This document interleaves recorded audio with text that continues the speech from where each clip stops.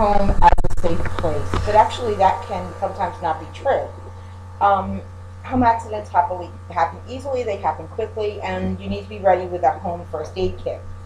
According to the Kids Health website, home first aid kits should be kept on each floor of the house and one in your car. You should take one on vacation and always make sure that wherever you keep it, you do not have it in a place where children can readily get to. As you can see from the PowerPoint, safety is an important factor, and this first aid kit helps you provide safety in the home. It sounds like that it would be expensive to have first aid kits everywhere, but they're actually very easily put together out of things readily available from the drugstore and easily found around the house. So let's show how to put one together.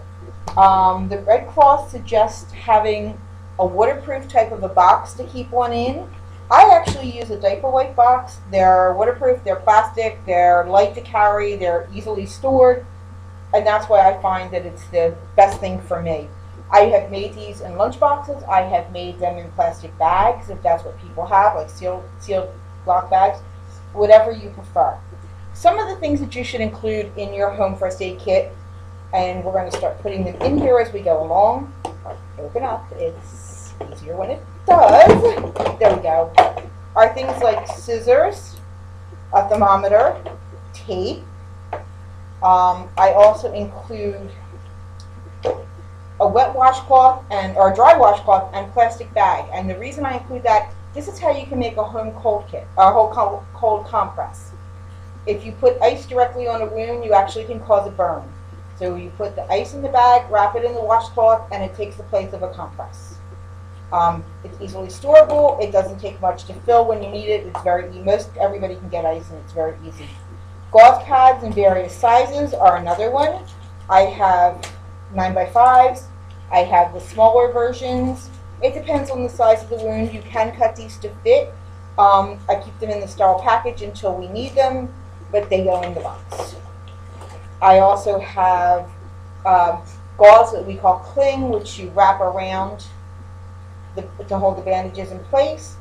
I have hand sanitizer because before you work on a person real quick, you need to sterilize your hands. You also may want to sterilize the area around a wound, not directly on a wound because that would burn, but around a wound for them themselves if they should need it. An ACE wrap in case you're dealing with a sprain, or if you're dealing with a fracture, you can use a magazine to splint a fracture, wrap the ACE wrap around it, it'll stabilize the fracture until first aid can get there. This is some Neosporin packets. It's actually a triple antibiotic packet. You can use that for an injury also. Again, I have some more small gauze.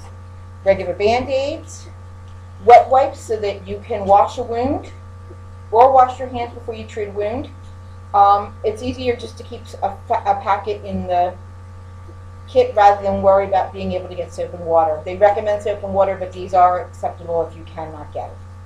I also keep emergency numbers taped to the front of it. I do have some other things that should be in here. I myself was out of. I was checking my box today for expiration stuff. Gloves, plastic gloves are a particular one. Flashlight and batteries are recommended. You can keep things like aspirin, Tylenol if you want. I personally don't keep medications in here just in case a child should get into that, but that's my personal bias. If you're in a household without children, you are safe, but you do have to keep in mind expiration dates. Speaking of expiration dates, the Red Cross recommends also, as well as readyset.org gov, that you do check your box routinely for expiration times and dates. Some of the equipment does expire. It's important to remember that, and it's important to make sure that your equipment is up to date. Now that we have it together, what do we do with it? You keep it in the house. When emergencies happen, people get flustered. They may not remember where things are. You keep it in a readily accessible, cool, dry place, somewhere where it can be found. Again, we recommend out of the way of children. One on each floor is the best thing. And in the car so that you have it if, God forbid, you stumble across an accident. In conclusion, remember that accidents and emergencies happen without warning, so it is best to plan ahead. And with a few minutes of time and care, you can have one of these kits made at home. Yes. One question. When you said the antibacterial, the Hmm. stuff, how come you don't put it right on the burn or the towel? The hand sanitizer usually contains alcohol, and alcohol will sting and possibly, if you're dealing with a burn or an open injury, possibly make it worse. So you want to avoid doing direct alcohol. It's more important to use it on your hands, and to keep your hands clean before you touch the wound to lessen infection.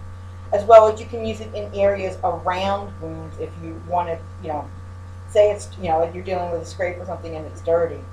It's a safe way to clear off areas around a wound, but I wouldn't recommend directly on the wound.